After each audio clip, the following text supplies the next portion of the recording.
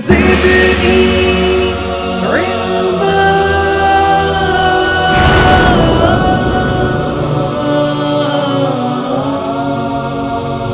رب زدني علما ألف السلام علیکم ورحمۃ اللہ وبرکاتہ۔ آج 21 رمضان المبارک ہے۔ مسلمانوں کی تاریخ میں یہ آج خاص دن ہے کہ آج حضرت علی کرم اللہ وجہہ کی شہادت کا بھی دن ہے، اور حضرت علی کرم اللہ وجہہ جہاں ان کے اتنے بے شمار مناقبات ہیں، وہاں اللہ کی طرف سے ان پر یہ بھی انعام تھا کہ بچوں میں سب سے پہلے اسلام لانے والے حضرت علی کرم اللہ وجہہ تھے۔ اور ہمارا آج کا جو پروگرام ہے یہ ہم نے خاص طور پر بچوں کے لیے رکھا ہے۔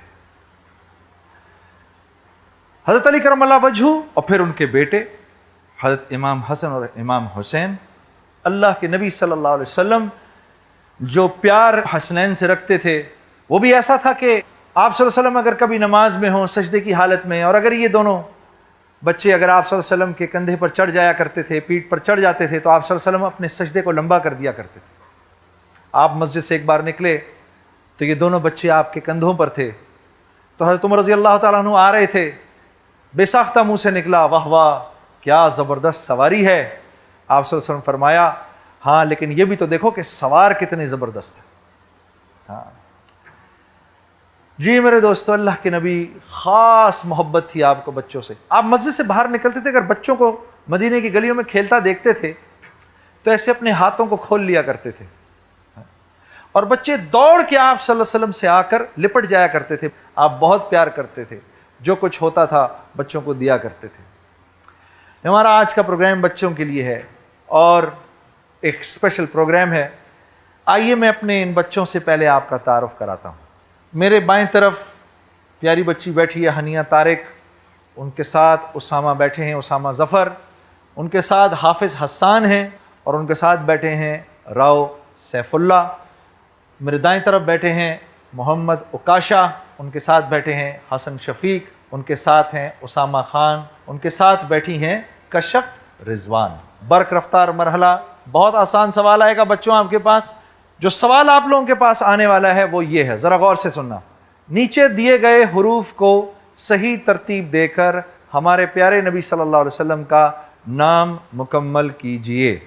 اے ح بی میم سی الف ڈی دال، اور آپ کا وقت شروع ہوتا ہے اب۔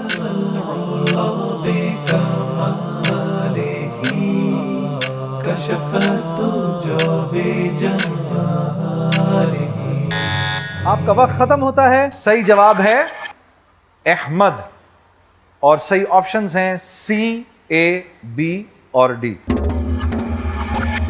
3 بچوں نے صحیح جواب دیا ہے، اور سب سے پہلے جواب دیا ہے حافظ حسان نے۔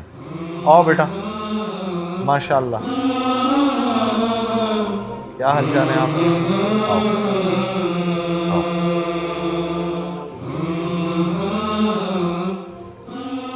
مبارک ہو آپ کو بیٹا حافظ حسان صاحب۔ کس عمر میں حفظ کیا؟ میں نے 13 سال کی عمر میں۔ 13 سال کی عمر میں پورا قرآن حفظ کر دیا؟ سنایا بھی کبھی؟ جی سنا ہے میں نے، میں مسجد میں سنتا ہوں۔ سامع ہو، پیچھے کھڑے ہوتے ہو؟ جی ماشاءاللہ بہت اچھے۔ تو یاد کیسے رکھتے ہو؟ دہرانے سے۔ دہراتے رہتے ہو؟ جی۔ دن میں کتنا پڑھتے ہو؟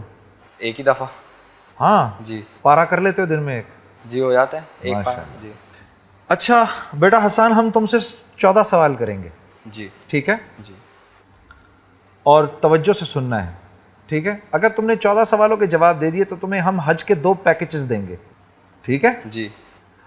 اور ان 14 سوالوں تک جانے کے لیے بیچ میں 3 منزلیں ہیں۔ پہلی منزل دوسرے سوال کے بعد آ جائے گی۔ اگر تم نے 2 سوالوں کے جواب دے دیے تو عمرے کے 2 ٹکٹ تمہارے ہو گئے، ہاں جی۔ اور اگر 7ویں سوال تک پہنچ گئے تو عمرے کے 2 پیکیج تمہارے ہو گئے، ٹھیک ہے؟ جی۔ یہاں سے پھر آگے سفر شروع ہوگا۔ اگر تم کہو گے کہ ہم نے آگے جانا ہے تو پھر 14 سوالوں تک آگے چلیں گے۔ جی۔ اچھا، ان سوالوں کے جواب دینے کے لیے ہم تمہیں 4 لائف لائنز دیں گے، ٹھیک ہے جی 3 لائف لائنز یہ ابھی 7ویں سوال تک چلیں گی تمہاری. دوہری سہولت کی جو چوتھی لائف لائن ہے یہ 7ویں سوال کے بعد آئے گی. یہ ہم تب سمجھائیں گے تمہیں کیا ہے. صحیح.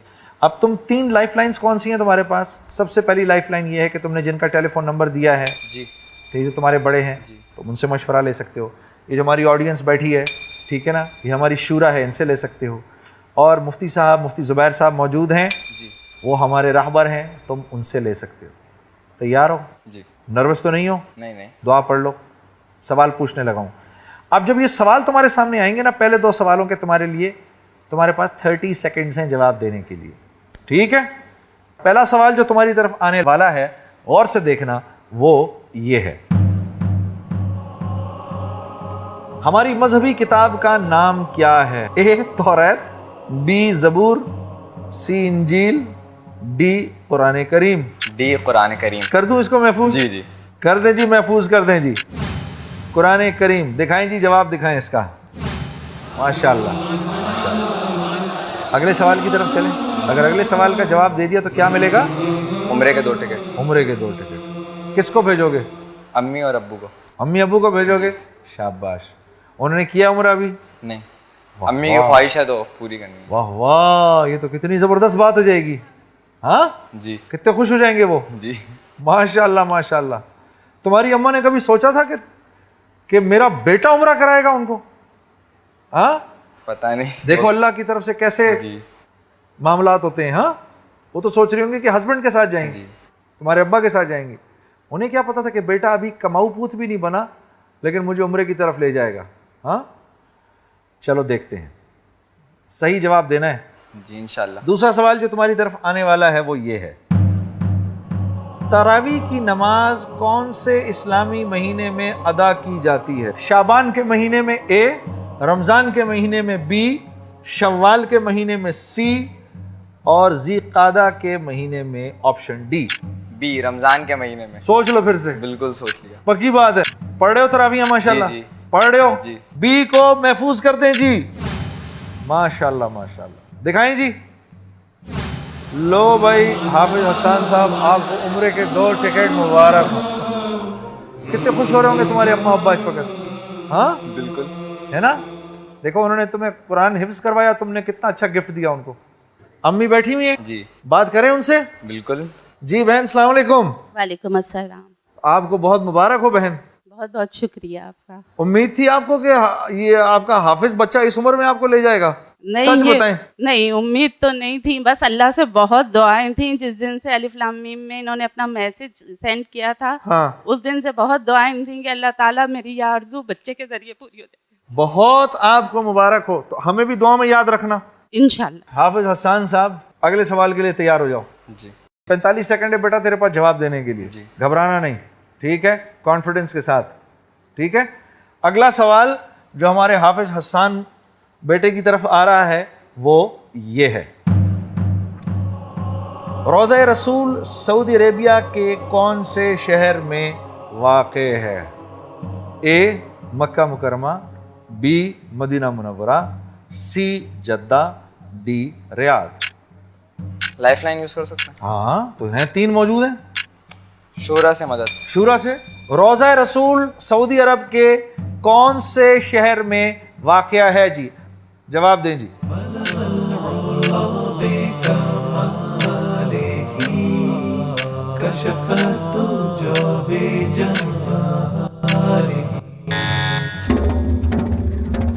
سو فیصد لوگ کہہ رہے ہیں آپشن بی مدینہ منورہ. جی مدینہ منورہ. مدینہ منورہ محفوظ کر دوں؟ جی مدینہ منورہ محفوظ کریں جی. صحیح جواب کیا ہے بریک کے بعد. رب زدنی علما الف لام رب زدنی علما الف لام. جی بریک کے بعد خوش آمدید. آپ سے سوال یہ ہم نے پوچھا روضہ رسول سعودی عرب کے کون سے شہر میں واقع ہے. آپ نے جواب معلوم کرنے کے لیے شورا کی مدد لی. شورا نے آپ کو مشورہ دیا مدینہ منورہ. 100% یہ کہہ رہے ہیں مدینہ منورہ میں. دکھائیں جی. مبارک ہو. اگلے سوال کے لیے تیار؟ جی. اگلا سوال جو آپ کی طرف آنے والا ہے حافظ حسان صاحب وہ یہ ہے. اللہ تعالیٰ کے مشہور صفاتی ناموں کی تعداد کتنی ہے؟ اے 99، بی 100، سی 101، ڈی 102. اے 99. پکی بات ہے؟ جی. محفوظ کر دوں اس کو؟ جی. حافظ حسان صاحب فرما رہے ہیں 99 اے. کریں جی اس کو محفوظ، دکھائیں جی. مبروک، 4 سوالوں کے جواب دے دیے صحیح، 3 سوالوں کے آپ نے اور صحیح جواب دے دیے تو آپ عمرے کے 2 پیکج جیت جائیں گے. جی. ٹھیک ہے جی. آپ کے پاس 2 لائف لائنز موجود ہیں ابھی. جی. 5واں سوال جو حافظ حسان صاحب کی طرف آنے والا ہے وہ یہ ہے. اللہم لک صمت وبک آمنت وعلیک توکلت وعلی رزقک افطرت. یہ دعا کس موقع کے لیے ہے؟ آپشن اے سحری کے لیے، آپشن بی افطار کے لیے، آپشن سی اعتکاف کے لیے، آپشن ڈی چاند دیکھنے کے لیے. آپشن بی افطار کے لیے. کر دوں آپشن بی کو؟ جی. پکی بات ہے؟ جی. محفوظ کر دوں؟ بالکل. کریں جی، دکھائیں جی.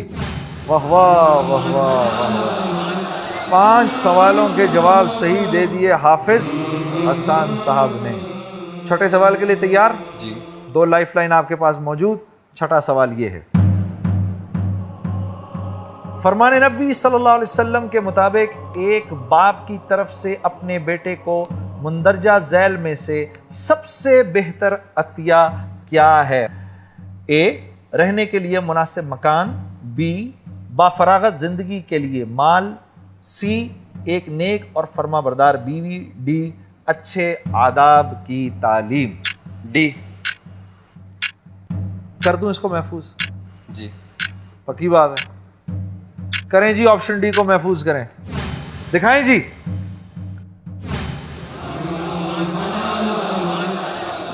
یہ مفتی زبیر صاحب یہاں موجود ہیں. حضرت السلام علیکم ورحمۃ اللہ. وعلیکم السلام ورحمۃ اللہ وبرکاتہ. مفتی صاحب یہ لڑکا حافظ حسان بڑی تیز رفتاری سے عمرے کے پیکیجز کی طرف جا رہا ہے. ایک سوال رہ گیا ہے اور یہ اس بچے نے ماشاءاللہ سے فرمان نبی صلی اللہ علیہ وسلم کے مطابق ایک باپ کی طرف سے اپنے بیٹے کو مندرجہ ذیل میں سے سب سے بہتر عطیہ کیا ہے. اس کا بڑا صحیح جواب دیا اس نے، اچھے آداب کی تعلیم. آپ کی کیا رائے ہے؟ یہ حدیث در حقیقت ترمذی کے اندر موجود ہے. اچھا. ترمذی جلد ثانی کے اندر ایک روایت ہے کہ آپ صلی اللہ علیہ وسلم نے ارشاد فرمایا لَأَن يُؤَدِّبَ الرَّجُلُ وَلَدَهُ خَيْرًا مِّنْ أَن يَتَصَدَّقَ بِصَاعٍ.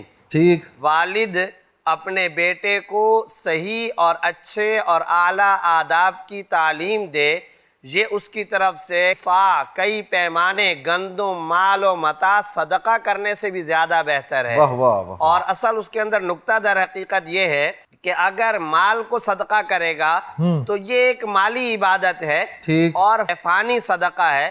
جو کھائے گا جو پیے گا اس کے بعد یہ صدقہ ختم ہو جائے گا. لیکن اگر اپنے بیٹے کو اپنی بیٹی کو اچھے آداب کی تعلیم سکھلائے گا تو وہ ہمیشہ ہمیشہ رہے گا اور اس کا فائدہ متعدی ہے. متعدی کا مطلب یہ کہ لوگوں کو اس کا فائدہ پہنچے گا.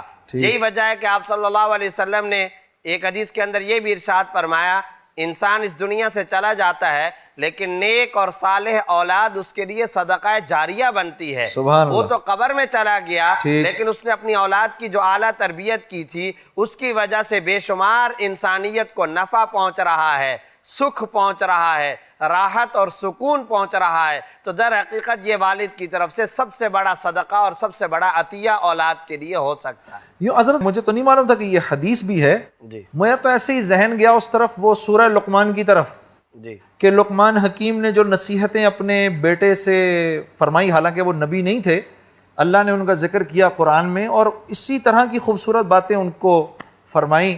تو اس سے مجھے یہی لگا کہ آپ صلی اللہ علیہ وسلم کی کیونکہ کوئی بات بھی وحی سے الگ، تو آپ کی تو ہر بات وحی ہوا کرتی تھی، تو یہ کچھ اس سے بھی کچھ مناسبت ہے.